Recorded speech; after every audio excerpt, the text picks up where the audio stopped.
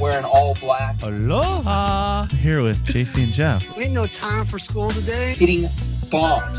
Hey, watch this punch cut lob wedge. Replace your Marshall with Cart Girl. They're better looking. They're serving drinks. Got to hit bombs off the tee. Phil talking about a guy taking a shit in the cut. Mahalo! If we did fireside with Phil. Fire at the stick. Hit bomb and attack the pin.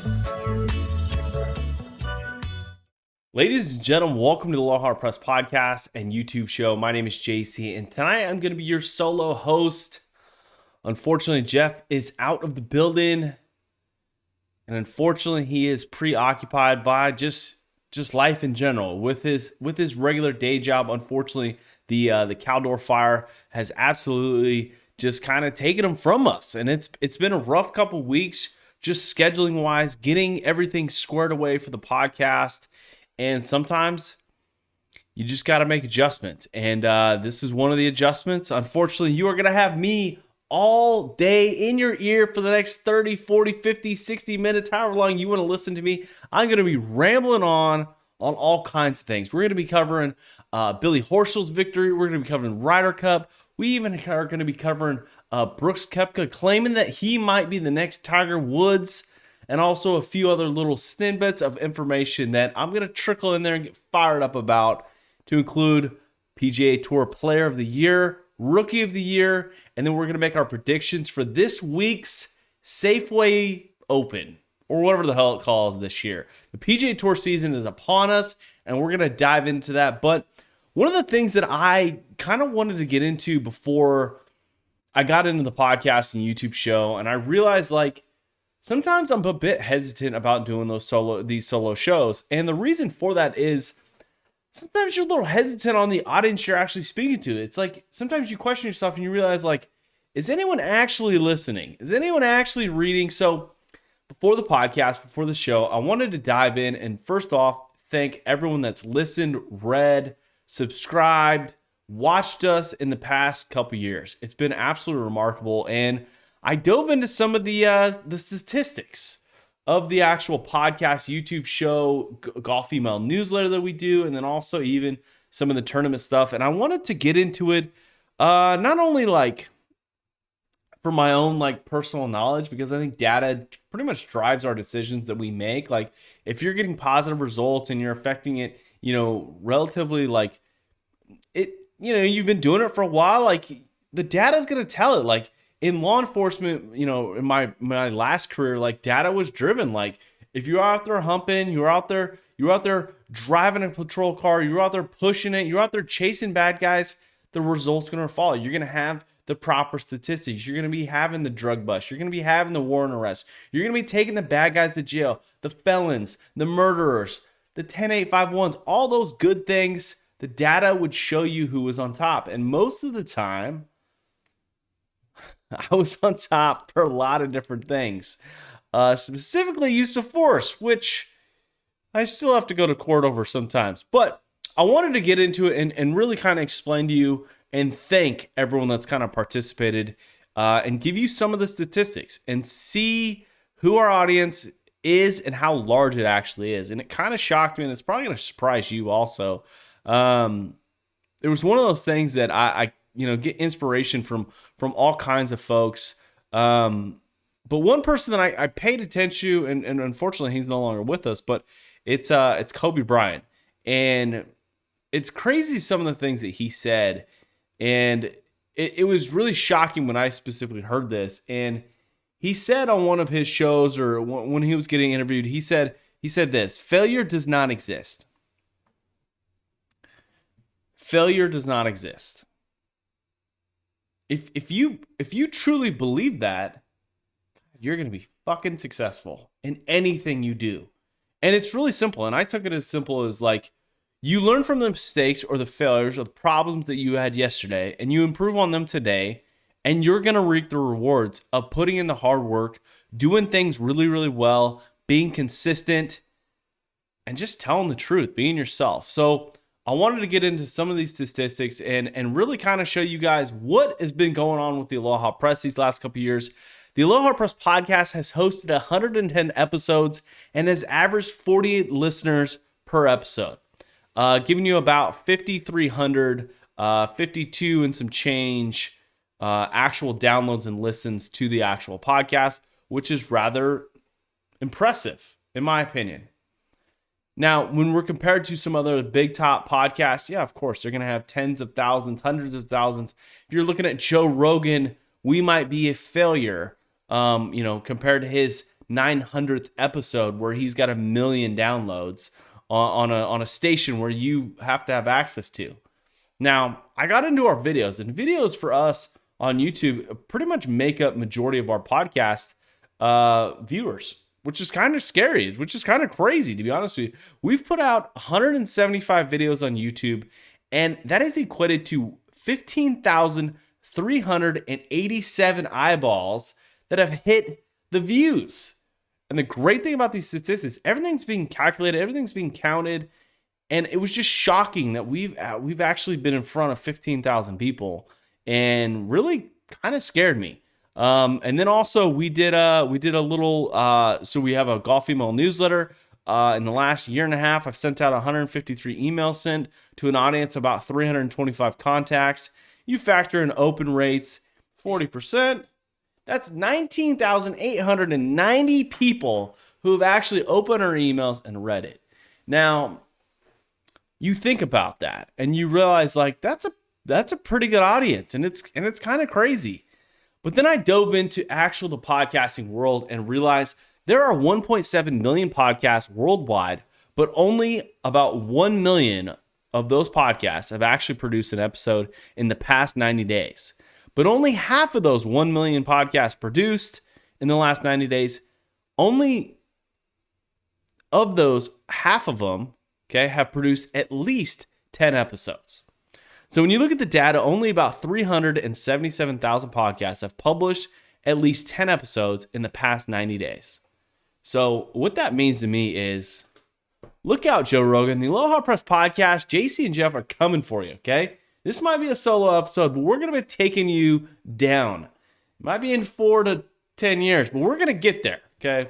But it was really shocking to me and really kind of showed me, how large our audience is. And it's shocking to me that, I was reviewing the comments and on YouTube, and the large amount of the comments that we get are people who, they don't like our language. They don't like the F-bombs. They don't like the shit talking, which is kind of crazy. And it got me thinking, of the 50 comments that we've gotten, about 40 of them say that shit. And it's just, I just want to tell those people, if you don't like me, if you don't like the sound that we produce, go back to fucking Golf Channel and enjoy your PG-13 golf takes, okay? Sit back, look out, because the Aloha Press has reached 40,577 readers, listeners, and watchers since it was born back in 2018. And not to mention, 177 players have partaked in our golf tournaments in less than a year. Now, it's pretty fucking crazy, to be quite honest with you. And I was shocked that I was hesitant on doing tonight's show. So thank you for just joining us on this journey, on this ride. At times, I might come off as very confident, but sometimes pre-show, I might need a little of the sauce, if you know what I mean. I mean, tonight I'm sipping on a couple Topo Chicos, okay? And washing those things down with a little bourbon, okay? Get the words flowing. And you got to realize sometimes, we've been doing this for a long time, many years, many episodes, and it just shocks me that, even I have the ability to get a little hesitant on the content that we're producing out there. So with that being said, let's get to some of the golf. But before we get to the golf, let's take a short break. And I want to thank all of our sponsors for making the Aloha Press Classic happen this year. Okay. Edgewood Tahoe 2-day tournament.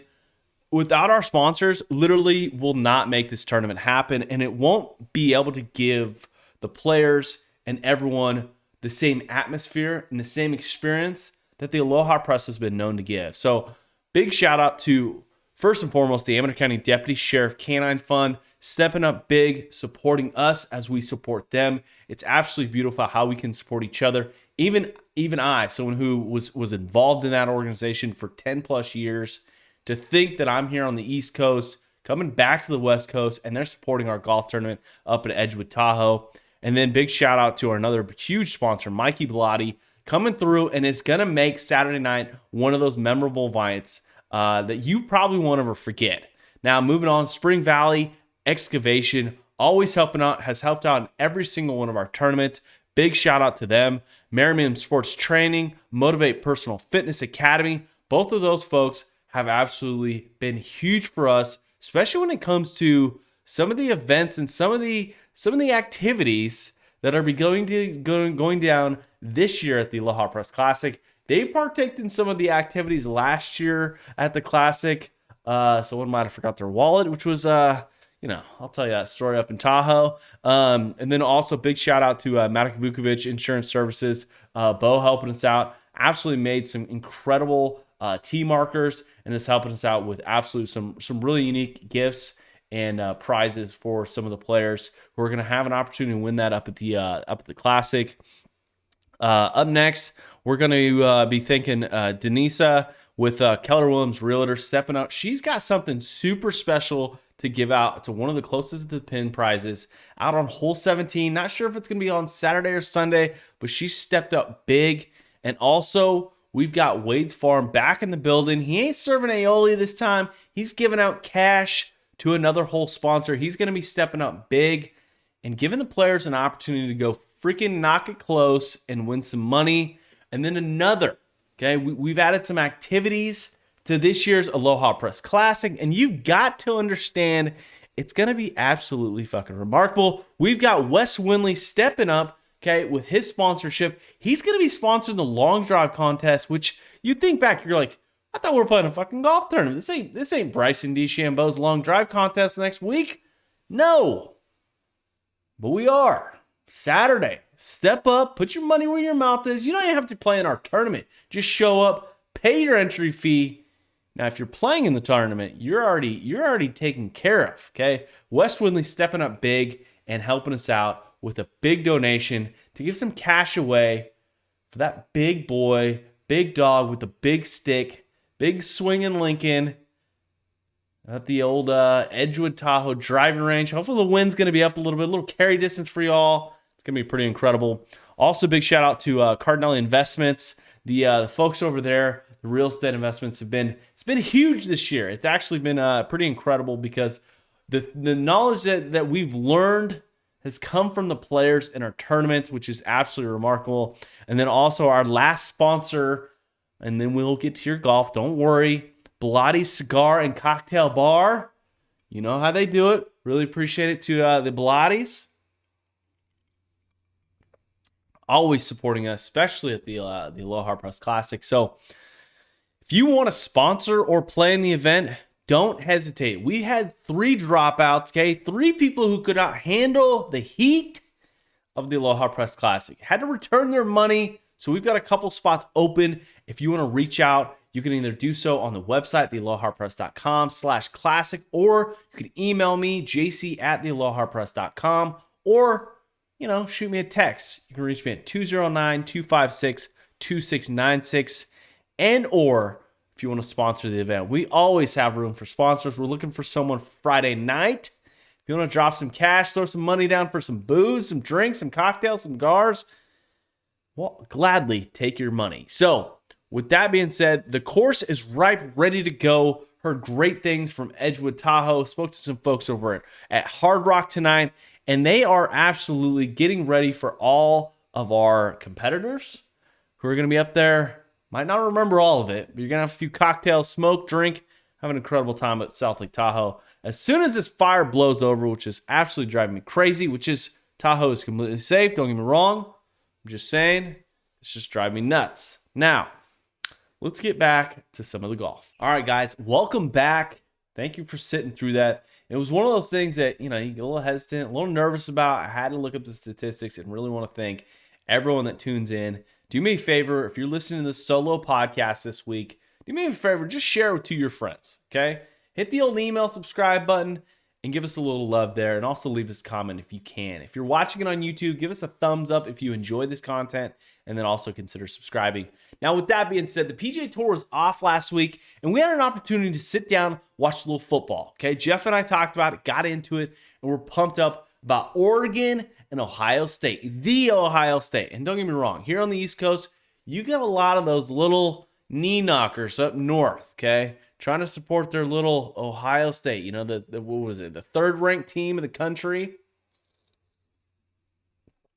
But the old Ducks came in off the road and got the victory. So I had to touch on that. I know we talked about it last week, and it was one of those things that, you know, it's college football. It's here. Second week. Oregon Ducks, 2-0.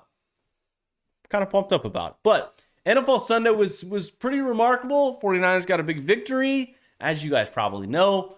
But the guy who did get a victory, PGA Tour, okay, player, WGC Victory, guy who was left off the Ryder Cup team, headed over to Europe, headed over to England, and got the victory at the BMW PGA Championship, the last event of the European Tour where those guys could qualify for the Ryder Cup. Now, the European Tour looks set, and we're going to get to those guys later, but I've got to tip my hat to Billy Horschel. Going over in the country of England, Great Britain, I mean, taking on the Brits, okay? Taking back, I mean, I don't want to get into American history. I don't want to age myself, date myself, or recognize that I could be really wrong with some of those facts. But Billy Horschel going out there at 19 under and takes down a little Rolex Series events, goes over to an American and steals some cash. And I absolutely love it. He was one of the guys, a reason why I tuned in. No championship this week, no PGA Tour. They're headed out, practicing for the Ryder Cup. And you got Billy Horschel over there getting motivated, getting pissed, doing what Billy does, and absolutely annoying the shit out of the field, to include me. But he gets it done on the 18th hole. He was a couple groups ahead, and knocks it to a foot and gets the victory. Now, when I look at this victory, he compared it to the Players Championship, which I don't know how to compare it, because majority of the top guys in the world just weren't there. They weren't there competing. You had some of the old old Bucks trying to compete for a Ryder Cup spot. That's why they were there.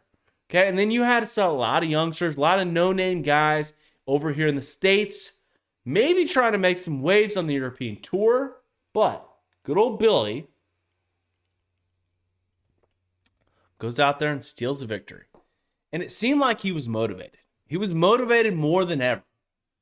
Takes the trip across the pond. And it's not like he jumped on a ship and had to sail across, okay? He got into, I'm assuming, a very nice first-class flight, or little net jets, a little private, sixes up or whatever the hell it is. There are no free ads. But he was asked after the round of golf about the motivation he had this week. And it was enlightening to see that on the 18th hole, he knocks to a foot, grabs his wedge, slams it into his bag, shoves it into his bag, and says, "Fuck yeah."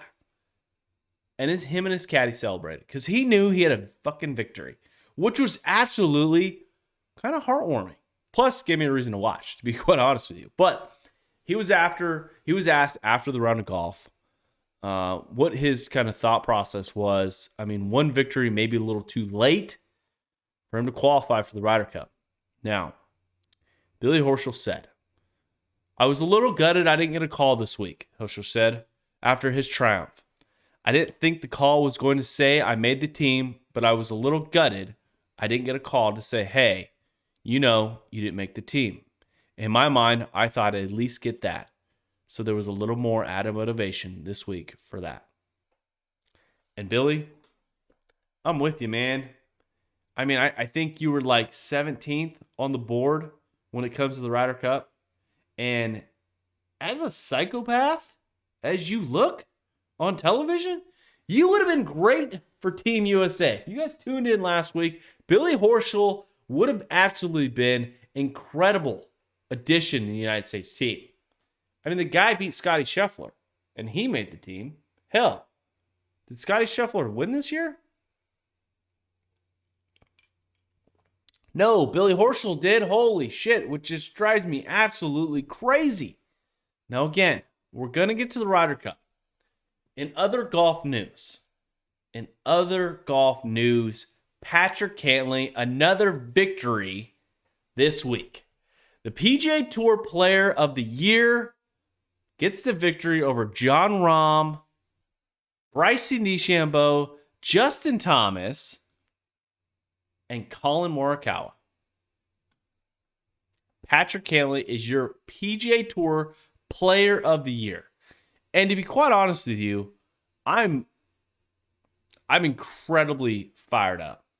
This is shocking to me. This is one of those things that you look at and realize Patrick Cantlay did not play that great this year. Yes, he played consistently well enough to get himself a PGA Tour FedEx Cup Championship. Yes, he cashed in $15 million, and he did it with a fucking handicap tournament. Jon Rahm and Kevin Na won the tournament over the FedEx Cup Championship. Jon Rahm won the Memorial. Technically, he didn't win because Patrick Cantlay won after Jon Rahm was not allowed to compete after testing positive for COVID-19. I probably shouldn't say that because we're probably going to get reduced in views, which could hurt our audience. But Patrick Cantlay gets another award. And when I look at the guys who he beat out, Jon Rahm, Bryson DeChambeau, Colin Morikawa, Justin Thomas, I think about the players in that year, the 2020 season, the 2021 season, this super season, 50 plus events.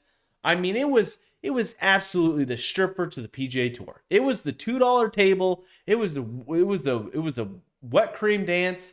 Okay, that you pay way too much for, and you've had a few too many cocktails in the club, and then you got to head to the ATM, and it gets real awkward. But Patrick Cantlay, the most boring guy in golf. Okay, the cold ice Atlantic killer, whatever the hell they nicknamed him here in Atlanta, which is just so stupid. I got to look at him and realize this dude never made a top 10 in any major championship. How is this guy the Player of the Year? Let's just look at his competition. Bryson DeChambeau, Winged Foot, U.S. Open Championship. Jon Rahm, Torrey Pines, U.S. Open Major Championship. Justin Thomas. Now this one gets a little weird. Players Championship. Okay? If you guys look back in 2019, Brooks Koepka and Rory McIlroy battled for the Player of the Year. Rory McIlroy got the FedEx Cup and also won a Players Championship on top of 3 victories, three regular tour victories. Brooks Koepka got 3 regular season victories and also a PGA Championship, a major championship, and missed out. But instead, you got Patrick Cantlay taking the victory over a guy who should have won it. I'm not saying Jon Rahm should have won it. In my opinion, the guy who played the best, okay, over the last 2 years is the guy who won 2 major championships, Colin Morikawa. I don't give a fuck what weed you're token or how high you are. Patrick Cantlay should not have gotten that victory, in my opinion. Colin Morikawa got a kicked ass, okay, at a PGA Championship out in the middle of empty San Francisco, and then did it in a crowd at the Open Championship. The 140, I can't remember. A big one, okay? It's the Open Championship. Dude had to get tested. Couldn't be around his family. It was around 40,000 fans a day. And you just got to think, Patrick Cantlay just cannot win this thing. Patrick Cantlay might have won Player of the Year. But a guy who won Rookie of the Year, Will Zalatoris. Now, Will is a unique individual. This guy has been stalled out. Got stuck on the Corn Ferry Tour based on the COVID restrictions and just the absolute freeze of any movement in the last 2 years when it comes to the guys moving up to go and play on the PGA Tour. Now, Will Zalatoris also played particularly well. Like so well that he would have been in East Lake for the FedEx Cup. But instead, he had temporary status. The guy had to get a victory to even become FedEx Cup worthy. This guy almost made the Ryder Cup. And this guy, okay, temporary status is your Rookie of the Year. Now, when I think about the rules and all the nonsense that goes on with the PGA Tour, this drives me crazy the most. Because this guy should have been playing for millions and millions of dollars out at the FedEx Cup playoffs. And he didn't have the opportunity. Now, I'm excited for him because he's absolutely an amazing rookie. He's an amazing Rookie of the Year. But it was one of those things that it's just another disappointment. And dude, I mean, the dude was in the top 10 of a majority of the majors this year. He's going to be in the running for the President's Cup team.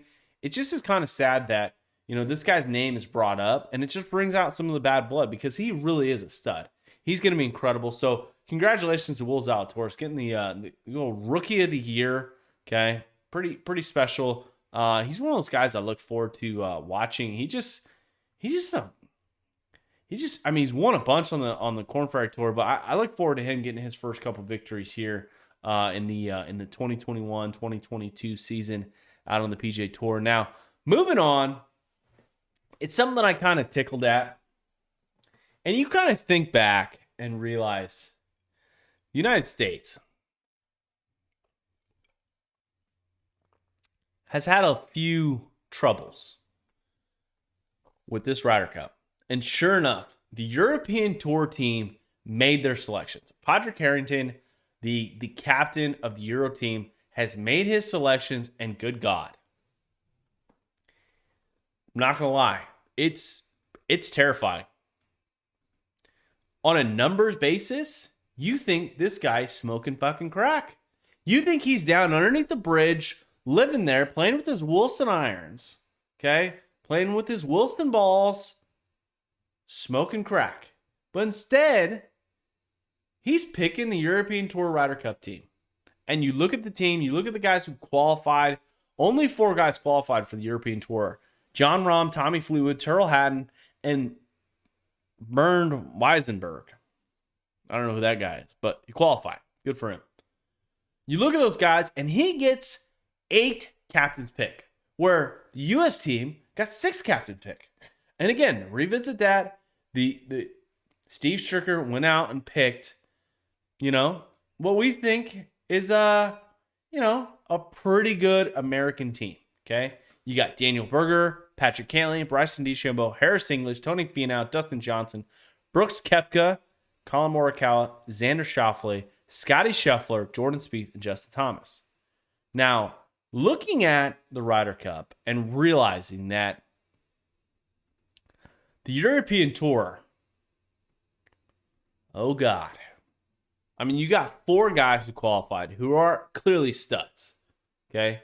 But then you look at the rest of them. The captain's pick, just are utter shockers. Paul Casey, Matthew Fitzpatrick, Sergio Garcia, oldie but goodie, Roy McIlroy, Shane Lowry, Lee Westwood, John Rahm, Ian Poulter, and Victor Hovland. I don't know about you, but this scares the shit out of me. I look at this team, and you've got a bunch of killers on there.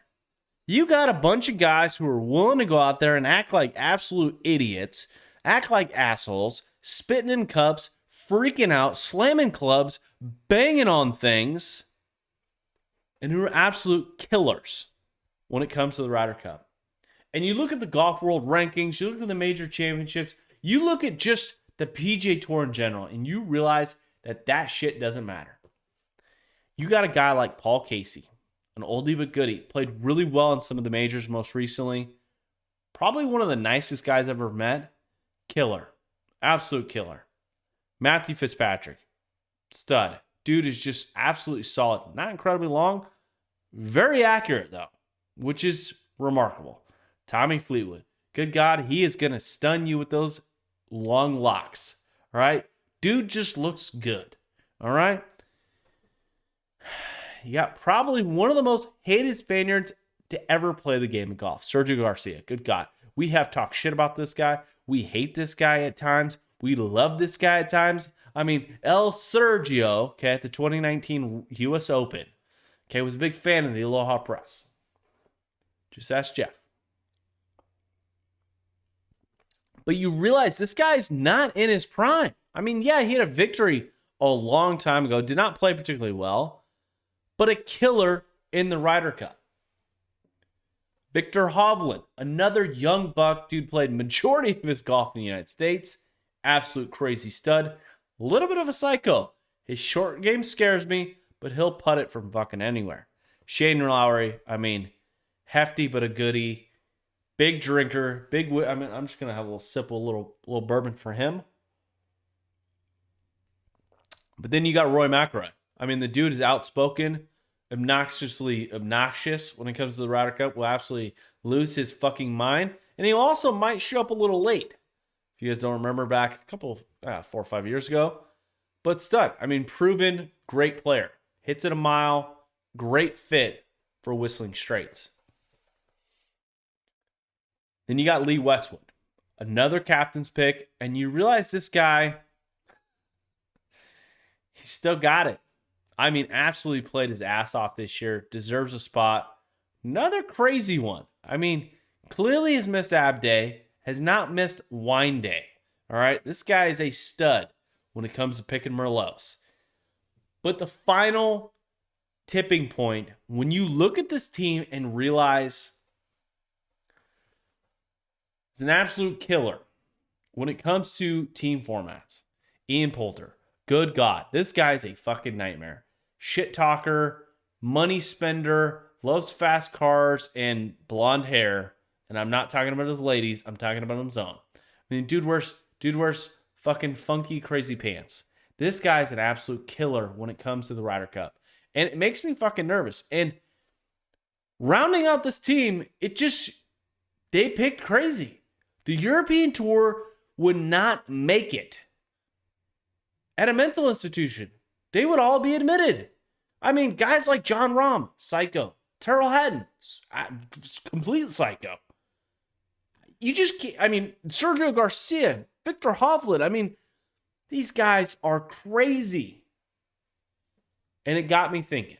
It got me absolutely thinking and realized, you know what? The United States team is a bunch of assassins? I think. Maybe. I mean,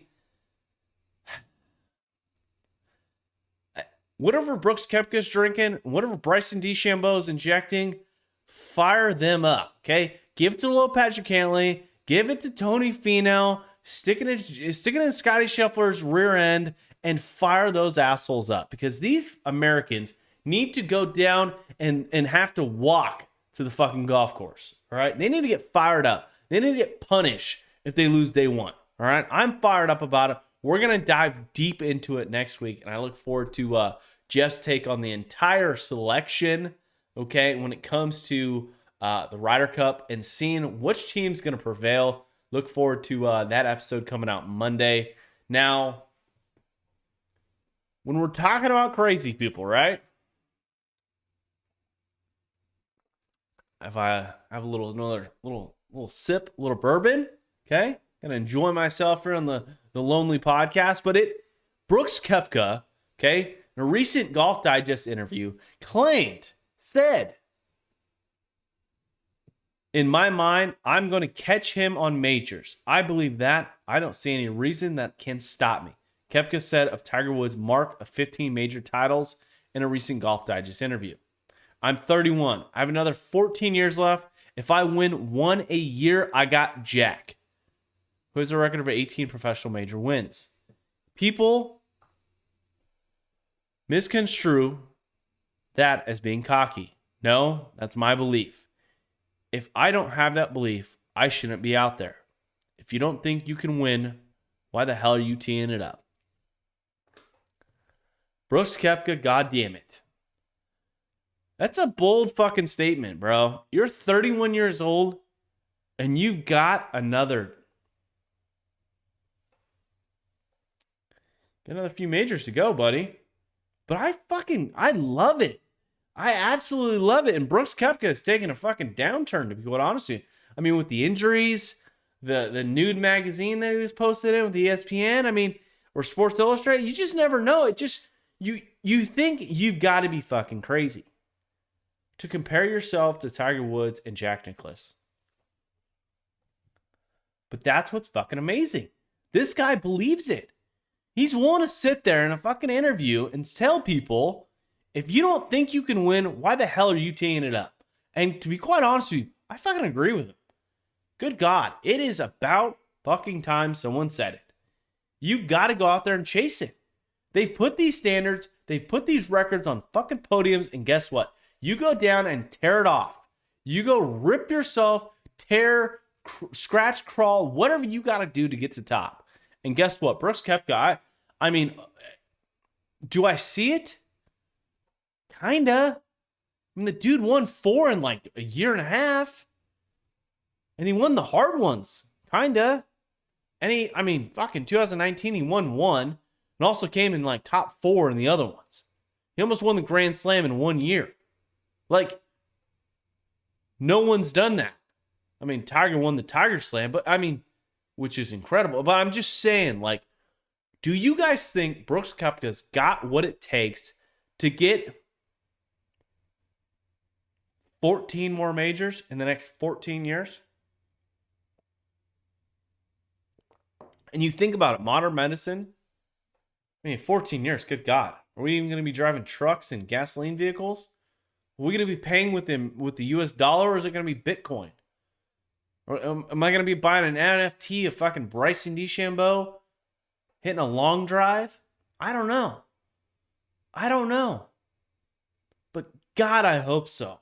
We need another Tiger Woods. We need another Jack Nicklaus. We need a guy who's willing to go out there and get some fucking victories and be confident about it. Hell, be an asshole about it. Tiger Woods was an asshole for most of his career.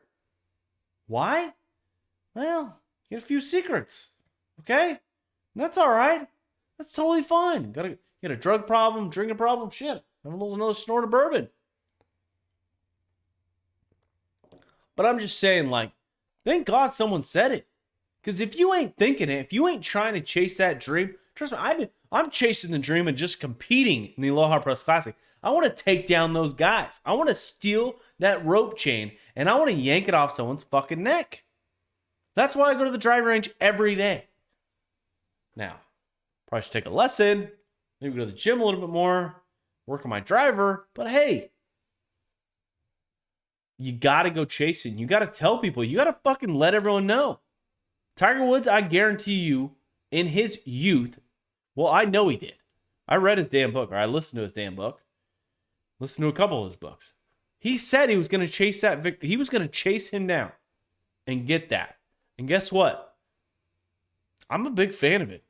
You got to throw it out there. If you don't say it, you ain't going to believe it. And if there's no critics to empower you, to fight you through, what the fuck are we doing? If everyone that I listened to said, you doing a podcast is dumb, I would have 5,300 less listeners. Because I'm going to listen to some idiot say I'm an idiot for doing a podcast? I convinced 5,300 of you dumbasses, and okay, maybe like 10 of them are me, but that I'm not good enough to do this? Clearly we are. Clearly we're killing it. I mean, just wait until next week's podcast. We're breaking down all 12 chicks of the Ryder Cup team. And maybe some of the little co-captains, little vice captains. You never know. So I congratulate Brooks Koepka on making any of those types of statements. It's a relief, to be quite honest with you. It's fun. It's fun to talk about. It's fun to chat about. Now, let's get into the real talk. Okay? PGA Tour season is upon us. And it is scary. The old Safeway Open is no longer, but guess what? We've got the, whatever the hell it's called. We've got the Fortinet Championship, which I probably screwed that up. And they're going to be out at Silverado Resort and Spa, north in Napa, California, entertaining, little wine, little fires, little golf. Little West Coast golf. I love West Coast golf, especially when I'm here on the East Coast. It makes golf fun. You know why? Because it's like football. right? The shit starts at 1 and it starts at 1. Don't start at 10, it starts at 1, which is incredible. Now, looking back at this particular championship and realizing Stuart Sink is your defending champion, you got to think, who's going to play well there? Now, looking out, appearing out on Instagram, okay, doing a little investigative reporting, what do I come across? Who do we got? We got Patrick Cantlay and we got Xander Schauffele. And what are they doing? They're drinking wine in Napa. Are they playing in the damn tournament? No, of course they're not playing in the fucking tournament. It drives me crazy. What are you doing? If you're in Napa, go play the event. This is a great event. Small community. The damn thing got burnt down like 6 out of the last 10 years. Okay? Go play in the damn thing. Great golf course, kinda. And you got to battle for a victory. You got to battle guys like Stuart Sink, Harry Higgs, Bubba Watson, I think, maybe. Jason Duffner showing up. You got Charlie Hoffman, Matt Kuchar, Mark Leishman, Hideki, Phil Mickelson, Kevin Na, John Rahm, Webb Simpson, and your rookie of the year, Will Zalatoris. Now, when I look at this actual championship and realize, what are we doing here? What are we absolutely doing? Golf, week 1 is already upon us. You gave these guys a week off. Xander Schauffele and Patrick Cantlay aren't even fucking sober yet. But who do I like this week? I got to look at a guy who's a little older, a little grungier, okay? A little shorter, but is playing amazing fucking golf. And a guy who I don't think drinks, okay? That's the key factor. I'm pretty sure Stuart Sink doesn't drink. I know his son does. Follow him on Instagram. I'm taking Kevin Na. And this is the only way I'm going to take him. I'm not going to take him in the sense of Jeff and I are going to battle out for a bottle of booze, but I'm giving you my insight. I think a guy like Kevin Na, who's going to absolutely strike the ball dead straight, putt really well on Bumpy Poana in fire season out at Napa. Probably going to have his kids there. He's going to enjoy it. He's going to enjoy every moment of it. He's going to love it. And he's also going to give Steve Stricker a big middle finger for not picking him for the Ryder Cup for the following week. That's who I'm picking this week. Who are you picking? Leave it in the comments below. Leave it in the suggestion box that we have here at the old Aloha Press office. We don't technically have an office yet. I mean, you'd have to break into my house and leave the note on my desk, which could get awkward. But I mean, it's gonna be entertaining. Week 1's gonna be fun. John Rahm's gonna be there. John Rahm, good God, he's got to be Vegas' favorite. Will Zalatoris not far behind him. Hideki, Webb Simpson, another guy who is gonna try and show that he's got what it takes to be on a Ryder Cup. Because the thing that's still lingering, the thing that no one has really talked about, is this Ryder Cup team has not had the entire team go participate at Whistling Straits. A guy who did not show up, Brooks Koepka. I just rambled on about how he's the next fucking Tiger Woods, but he's got a wrist injury, and I don't know where that's going to leave him. I don't know what Steve Stricker is going to do, but I think this week, if guys like Kevin Na, Webb Simpson play well, Phil Mickelson is playing this week. I mean, shit, he's got to be a favorite. He's won this event before.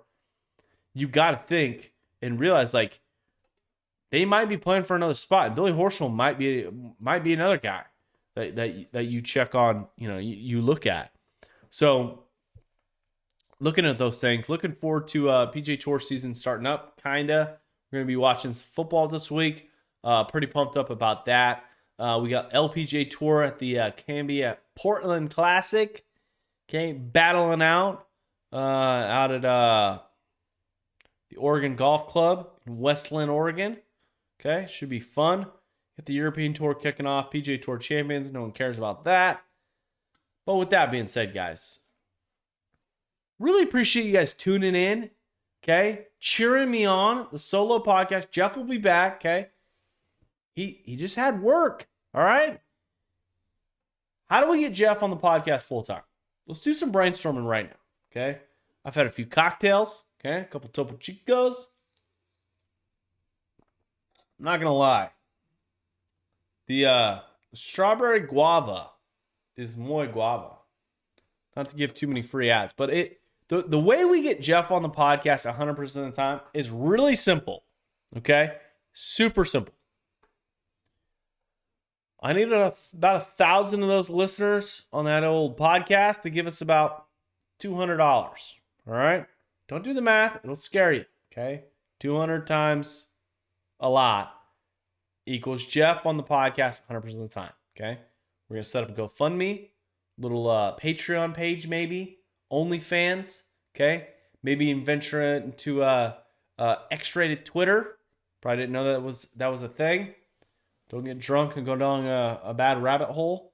Anyways, that being said, guys, really appreciate it. Looking forward to Jeff being back on the podcast next week, kicking it off. And again, if you want to be a part of the Aloha Press Classic, either as a sponsor and or a player, don't hesitate. October 8th, 9th, and 10th. The rooms are incredibly cheap, though. Good God. Hard Rock, you can get a room for like $65 right now. Really incredible. If you don't want to be a part of the golf tournament, come join us, have a few cocktails, smoke a cigar with us. Hell, maybe be a part of our live podcast we're going to be hosting up there. So really appreciate it, guys. As always, hit bombs, attack pins, and Aloha Press. And we'll catch you here in the next couple days. Cheers. Wearing all black. Aloha! Here with JC and Jeff. Ain't no time for school today. Hitting bombs. Hey, watch this punch cut lob wedge. Replace your Marshalls with Cardinal. They're better looking. They're serving drinks. Got to hit bombs off the tee. Phil talking about a guy taking a shit in the cut. Mahalo! That's what we did fireside with Phil. Fire at the stick. Hit bomb and attack the pin.